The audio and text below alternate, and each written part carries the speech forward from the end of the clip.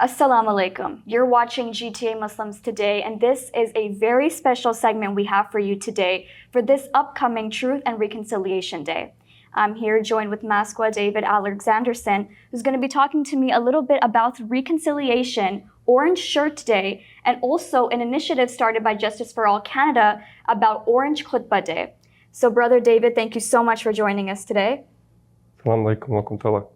And can you tell us a little bit about yourself and what tribe you come from?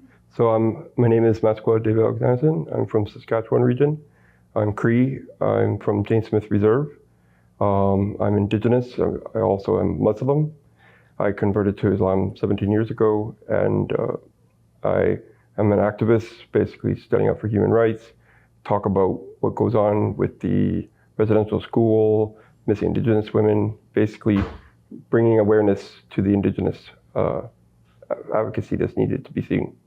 And can you tell me a little bit about the significance of September 30th and what it means to you? Well, again, it's Orange Shirt Day, so it's very important. It started with a girl who brought an orange shirt into the school the first day, and they took it away from her. So it's basically a call for justice. Her voice was silenced the day one of the residential school. So by wearing these orange shirts, it shows solidarity with every child that's gone missing, over 4,000, through violence, through malnutrition, a grave injustice. And what is the difference between Orange Shirt Day and Truth and Reconciliation Day? Well, Orange Shirt Day is to focus on the aspects of what happened with the young girl, and Truth and Reconciliation is about reflecting about what happened in the residential school and to take heed of what the commission had said about what happened in those schools. And as Canadians, we should reflect, learn, and understand. And that goes into my next point. How do you recommend that non-Indigenous Canadians commemorate the day beyond just wearing an orange shirt? It's again, so we have this orange shirt. The orange shirt is a key aspect, but also the Khutba campaign that was launched by Justice for All 4 years ago. They're expecting over 100 imams to be participating. This is a great lesson for the community to learn about the residential schools, to understand, but not just learn and understand, but become active, volunteer, ask their imams to have more understanding of what happened to the Indigenous people. And speaking on Orange Khutba Day, why do you believe that is so important?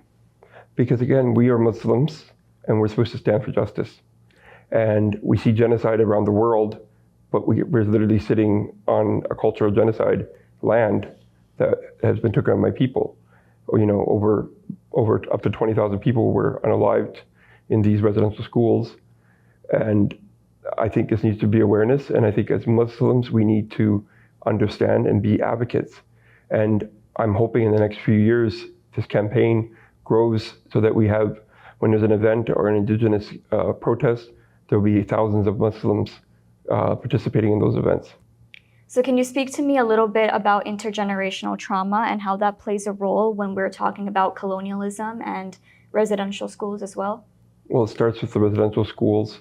It starts of the trauma that was caused upon my mom, my uncles, then passed down into our families, because my mom was never taught how to be a child, how to be a parent.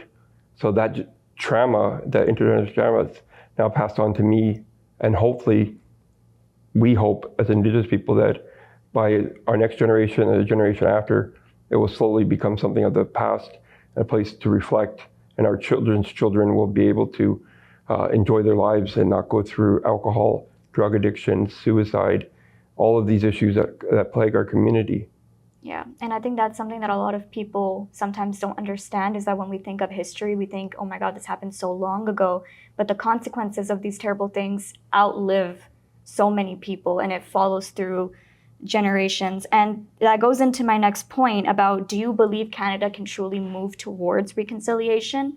And what are the steps that it will truly take? And what hope do you have for the future? I do hope that Canada will go to reconciliation. We live in a time where they question it. It's 2025 nowadays. We have so much fake news, so much disbelief. People use words like conquered land. Our land was never conquered. We gave treaties. The treaties were violated. We never gave our land. When it comes to residential schools, the facts speak volumes. The Truth and Reconciliation heard thousands of stories of what people went through. My mom, my uncles, what they went through is horrific. So I believe that we can see truth and reconciliation. It will take some time, but right now we are less than 1% of the media coverage. That needs to change. And that's why I believe working for an organization like Justice for All, that over the next few years that we can bring more light to Indigenous matters. Yeah, inshallah for that. And we Inshallah. need to be in solidarity with the Indigenous community. And thank you so much, brother, for joining us today. Those were all of my questions.